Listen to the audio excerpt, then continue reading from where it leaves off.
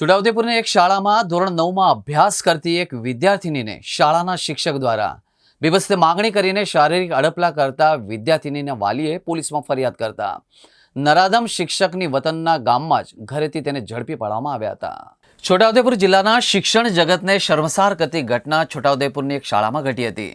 શાળાના જ એક નરાધમ શિક્ષક સંજય પારેખ દ્વારા શાળામાં ધોરણ 7માં અભ્યાસ કરતી વિદ્યાર્થિનીને પગથિયા ઉપર બોલાવીને બેબસ્ત માગણી કરી હતી અને શારીરિક અડપલા પણ કર્યા હતા, જેની સામે વિદ્યાર્થીને હોસ્ટેલના વોર્ડને જાણ કરતા તે વિદ્યાર્થીના વાલીને જાણ કરી હતી। વાલીએ છોટાઉદેપુર પોલીસ મથકમાં નરાધમ શિક્ષક સંજય પારેખ વિરુદ્ધ ફરિયાદ નોંધાવી હતી, જેને લઈને છોટાઉદેપુર પોલીસે નરાધમ શિક્ષક સંજય પારેખની શોધખોળ હાથ ધરી હતી।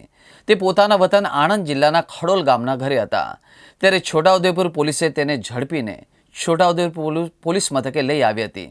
હાલ પોલીસે ગુનો દાખલ કરી વધુ તપાસ હાથ ધરી છે।